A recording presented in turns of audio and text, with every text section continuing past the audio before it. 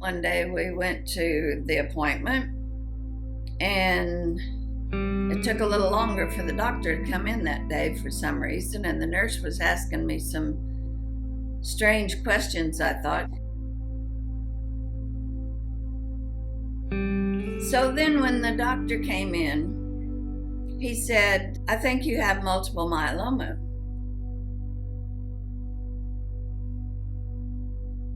And when you go to the doctor and you have no symptoms, no signs of anything being wrong, and you sit down and he tells you you have multiple myeloma, it sort of takes your breath away.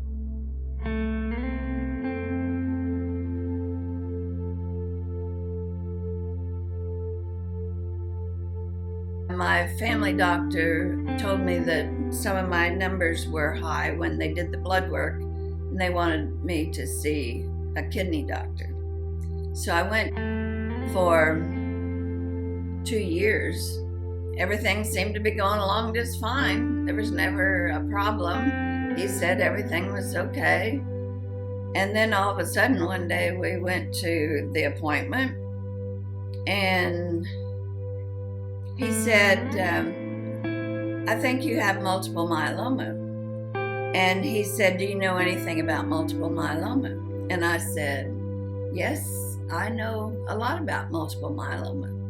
My uncle had just passed away from multiple myeloma. One of our dearest friends in Savannah passed away from multiple myeloma." So I was very aware of multiple myeloma. Of course, David's sitting there alongside of me, and we're both kind of like, wow, where did this come from? I mean,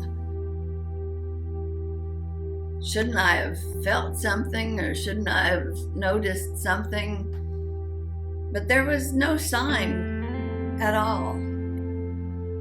Needless to say, we just kind of sat there like, okay.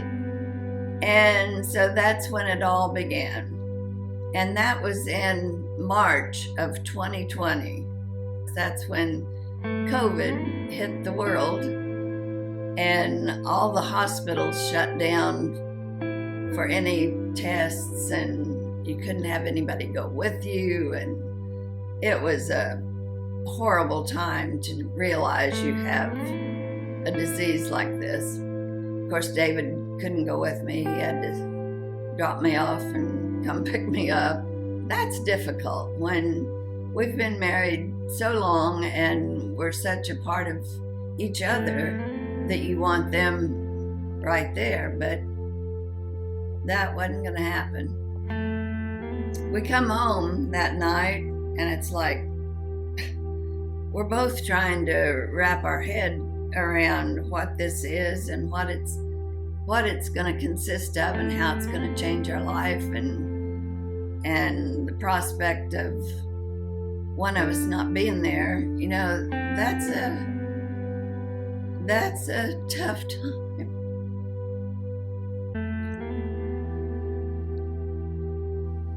But, you know, after we had time to pray about it and I processed it all,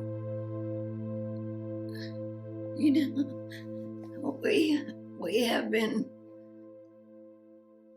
so blessed in our entire life. And that doesn't come through our strength, but my faith in the Lord took over. So I thought, you know, we'll just do whatever we have to do, and if the Lord gives us more time, that's wonderful. But if He doesn't, it's been a wonderful life, and I'm so thankful. I just think all I've got to look forward to with the hope in Jesus Christ, that at some point we're all going to be together again. And the fact that we wanted to put me on the prayer list is because of the power of prayer. And, you know, when your family's praying for you, your friends are praying for you, and your church family is praying for you, you can feel that. I'm doing the treatments and my numbers are going all in the right direction, and I feel good. I'm just thankful for the prayers of everybody, and I'm convinced prayer works, and there's just so many signs of that all around. I don't know how you can go through something like this without the power of prayer and the support of family and friends and church family. He's blessed us over and over and over again, and I don't think he's going to stop now. I mean, you can just look at it and see where the Lord answers prayer time and time again. I just want to be one of those people that can show that faith and other people can see it. I want to be that person that makes a difference in somebody else's walk. This is part of my story. This is it. And this is part of my life. I can either use it to help somebody else, or I can just be mad and feel bad about it all the time. I want to show people that the Lord is enough. I can do all things through Christ who strengthens me.